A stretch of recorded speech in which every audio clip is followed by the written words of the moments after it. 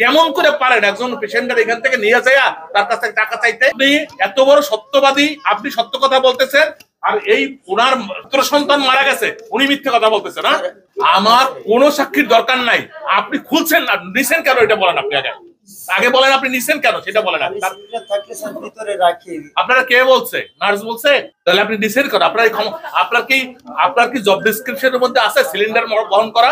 আপনার জব ডেসক্রিপশনের মধ্যে আছে আপনি বাথরুম ক্লিন করবেন, সপ্তাহে পরিষ্কার পরিচ্ছন্ন। আমরা খুলনা মেডিকেল কলেজ হসপিটালে একজন পেশেন্টের অক্সিজেন মাস্ক খুলে নেওয়ার ফলে তার মৃত্যু হয়েছে এরকম একটা অভিযোগ, এবং এর সঙ্গে আনুষঙ্গিক খুলনা মেডিকেল কলেজের বিভিন্ন রকম সেবায় মানুষ ভোগান্তি শিকার হচ্ছে। এই বিষয়গুলো নিয়ে একটা অভিযানের জন্য আমাদেরকে নির্দেশ প্রদান করা হয়। এই প্রেক্ষিতে আমরা একটা অভিযান পরিচালনা করেছি। একজন পেশেন্টকে চিকিৎসা সেবা দেবেন একজন ডক্টর, তার পরবর্তীতে ডক্টরের যে অ্যাডভাইস আছে সেগুলো অ্যাপ্লাই করবেন হলো একজন নার্স। এখানে অক্সিজেন এই রুগীকে দেওয়ার ব্যাপারে ডক্টরের অ্যাডভাইস ছিল, বলা ছিল এসওএস, মানে যখন অক্সিজেন প্রয়োজন হবে তখন যেন তাকে অক্সিজেন দেওয়া হয়। তার কাছে অক্সিজেন সিলিন্ডার সংরক্ষিতও ছিল, কিন্তু এই অক্সিজেন সিলিন্ডারটি কোনো নার্স যে মানে এইটাকে স্থাপন করেছেন, ওনাকে লাগিয়ে দিয়েছেন বা খুলেছেন এমন কোনো প্রমাণ আমরা পাইনি। এখানে আমাদের কাছে প্রাথমিকভাবে প্রতীয়মান হয়েছে যে নার্সরা তাদের দায়িত্ব যথাযথভাবে পালন করেনি, নাম্বার ওয়ান। নাম্বার টু হলো যে ওনারা অভিযোগ করেছেন যে একজন ওয়ার্ড বয় এই অক্সিজেন মাস্কটি খুলে নিয়েছেন টাকা চাওয়ার প্রেক্ষিতে। তো আমরা যাচাই করে দেখেছি যে যিনি এই অক্সিজেন মাস্কটি খুলেছেন তিনি কোনো ওয়ার্ড বয় নন, তিনি একজন ক্লিনার। একজন ক্লিনারের কখনোই অক্সিজেন মাস্ক খোলার কোনো দায়িত্ব থাকার কথা না।